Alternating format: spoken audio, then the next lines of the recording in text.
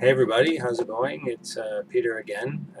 Just to report in, yesterday I went to FanExpo and ran around. Nice this year they actually used both buildings. The odd thing is, a lot of people commented on why did FanExpo have a sports section? Like, what is sports? Is like what they're saying now about San Diego Comic Con. It was originally back, in the 70s about comic books.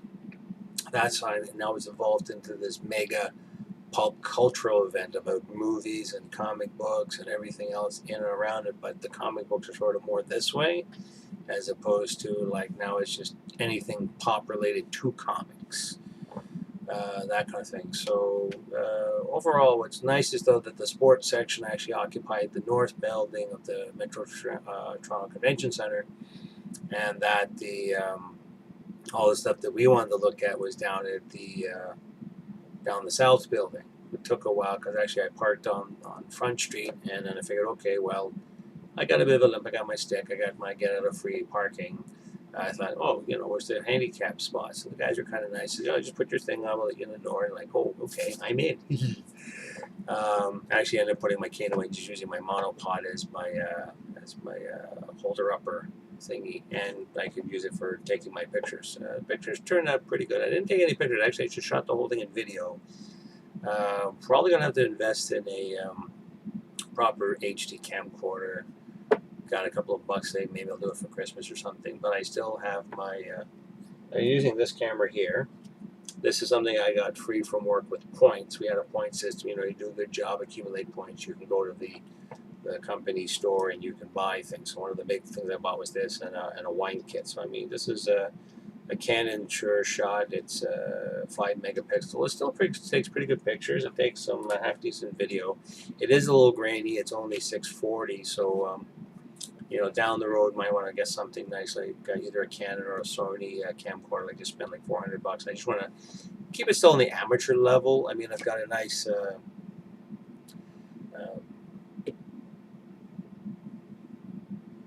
No, I'm not buffering. My brain is buffering right now, actually.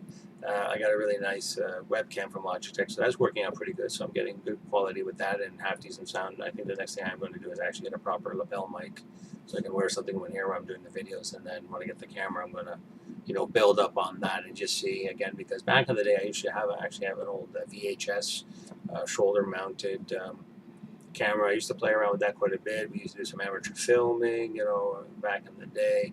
I had nothing else to do. Hey, let's break up the camera. Let's throw some stuff together, like make a quickie movie. We actually did some cooking shows, so things of that nature. But actually, I'm sort of straying away from the show. Show was actually pretty good. I was trying to see make turning. We got our wires crossed, and also should actually next time use my Twitter more often. I'm still a Twitter noob, but because there was a nice tweet later in the day. So, oh, by the way, I'm sitting over here because she was moving at the last minute. She was actually going to be at a signing booth with the Wonder Geeks, and on Friday it was just like, well, Artist Alley is only so big, and you got the floor zombies. That's what I'm calling people that just wander around aimlessly, stop in the middle of the road, and just go to, what do we do? Wow, that's shiny, and just stop and like, dude, out of the way. My other friend said, who was with me yesterday too, he says, yeah, backpacks don't help either. And I said, in some cases, not to say anything bad, but I mean, I'm packing a bit myself too, but some people, yeah, we could reduce the BMI ratio of fandom. I think we'd have a lot more room, or they would just make the laneways, or how we say this, the space between the tables is kind of tight. It's good for like people going this way. When you got 3-4 people that are all going like this, you're not accomplishing it. And a lot of people are rude. I hate to say it, even though we're in Canada and this is Toronto, a lot of rudeness going on there because I just was not happy with that. But despite that, we actually got our wires crossed. And when we first came into the exhibit area, it's like, oh, signing area. But I'm like, no, that must be the signing area for the artist, which we found out later it was. We thought, oh, maybe there's an autograph section. We had somebody know celebrity autographs, assuming Meg's up the same status as big celebrities like Takei and everybody else, Hulk Hogan, all these big shots. Other years, well, no, the signing's over there. And we found out, no, signing's in the north building in the sports section, but way over there. So we're not going to go all the way back there. And then it dawned on me, why don't you go find the booth in the Artist Alley? talked to the people running Wonder Geeks that she was actually, working with, and said, no, she's actually over there in the signing section and find out. And then I found a couple of, I guess they started wearing red shirts because I guess, the whole Star Trek security joke. So they wear purple shirts with tags saying, fan, volunteer, or whatever. And I said, no, she's just over there. So when we finally found out where she was hanging out, it was just like, oh no, it's already been going on for like an hour. Actually, no, we got there around 3, and she was starting at 2 or 3-ish. Anyway, yeah, line was capped. We already got another line forming for the next person coming on, which is going to be another comic book artist. You can't get any more. That's it. And I thought, crap. So I said, okay, well, I got to eat. It's been a while. Got to keep my sugars going. So we grabbed the pizza, sat down, and figured, you know what, we got 10 minutes left. Why don't we sneak over there, see if we can get. There's like 5 people left. There's just like, nope, sorry, sir. Cap, the line's still capped. This line over here is now for the next stars. We can't have you stepping over people and going like, hey, why is he going over there? It's just, okay, fine. The sad thing is, one, being half blind, and I can't see full on distance. I can see there's Meg with the bunny ears, but it's like, no.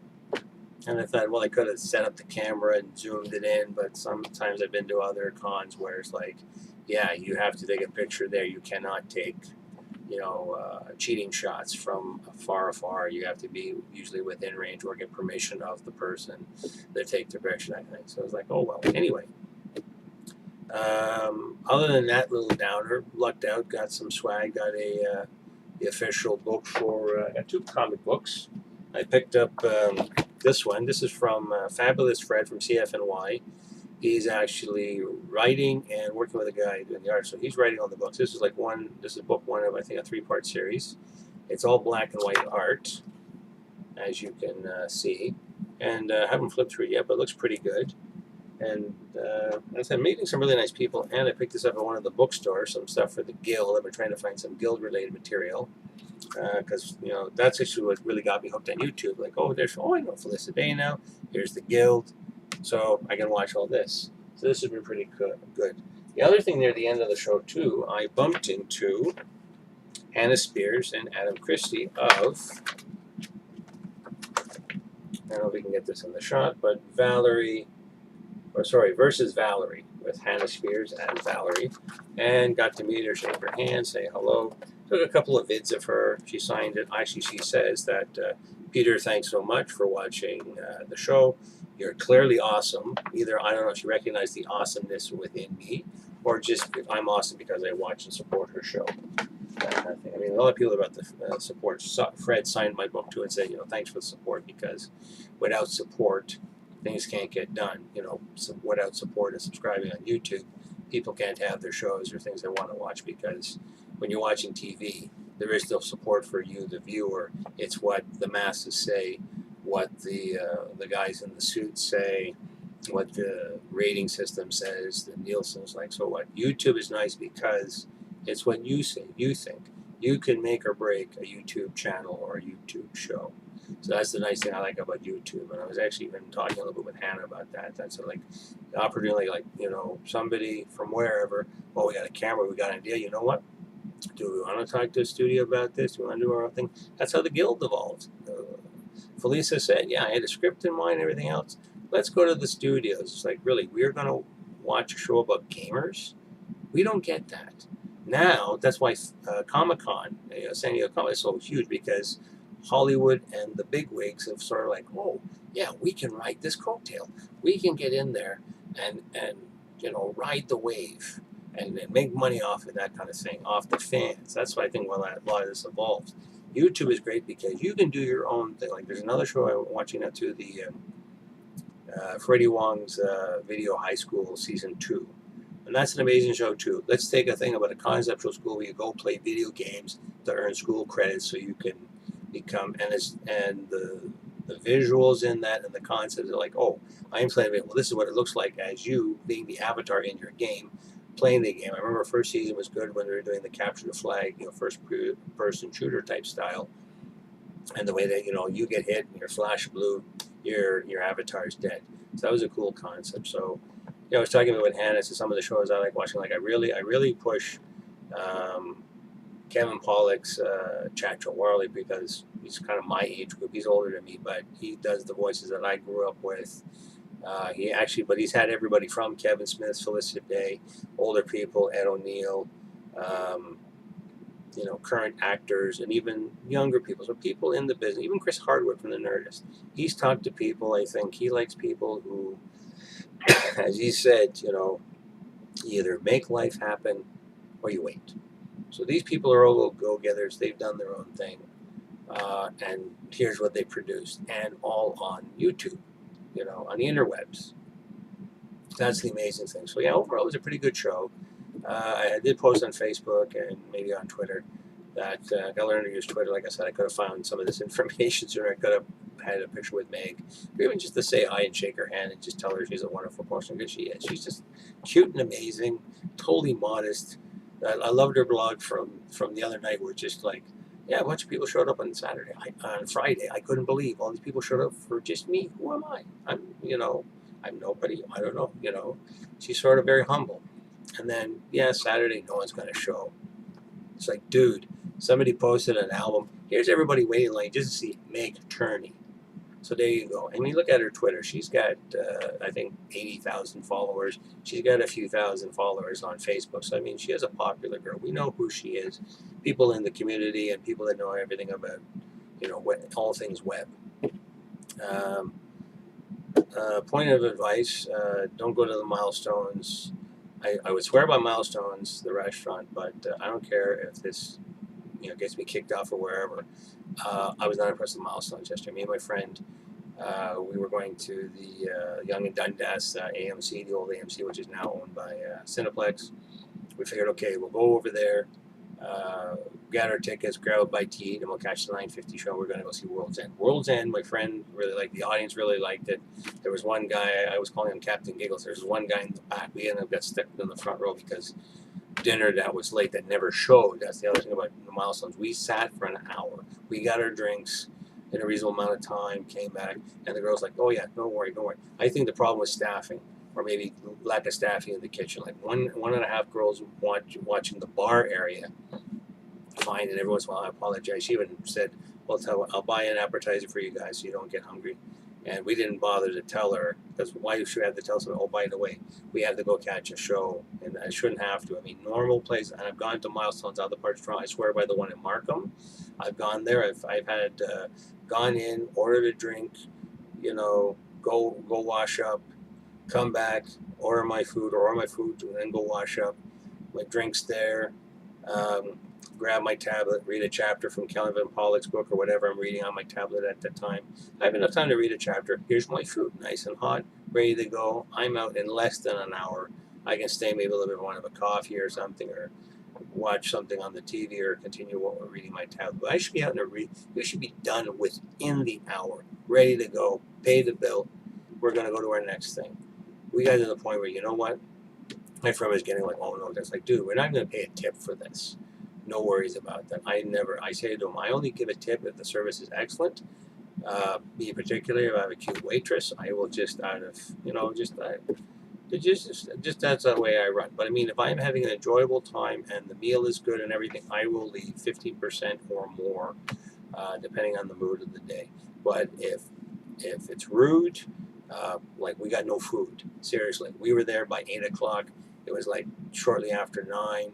It was like no food at all. So we left like at 9:10 so we could run over, get our ticket, grab our popcorn. We sat down just in time for to catch the promos and then watch the movie. But we ended up in the front row. My friend's got a bad neck now. He can't sit like this. And for me too, I prefer sitting, the first row in. The other sets of seats, no. But if I can get in the next set of row back, where it's the main seats, and I'll sit in like just by the main seats coming in. I don't want to sit in this pack of the seats that's close to the screen.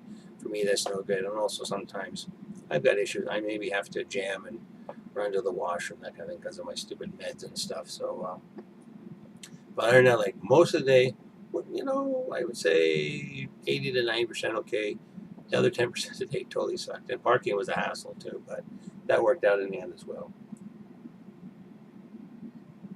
So when I get a chance, I'm gonna edit the videos that I did. Still kind of choppy, kind of really sort of guerrilla shaky, almost like I'm shooting one of the Bourne movies with green grass, and just like, hey, doesn't this guy own a steady cam?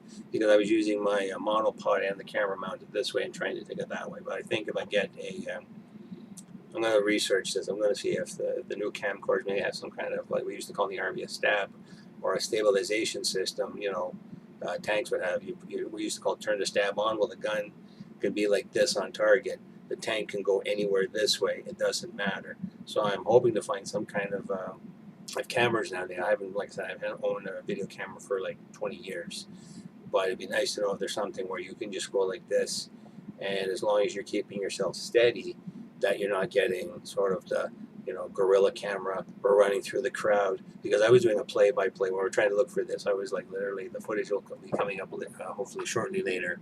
That the show, like our adventures of just trying to find the elusive Meg Turney, because I mean she's just so cute and adorable.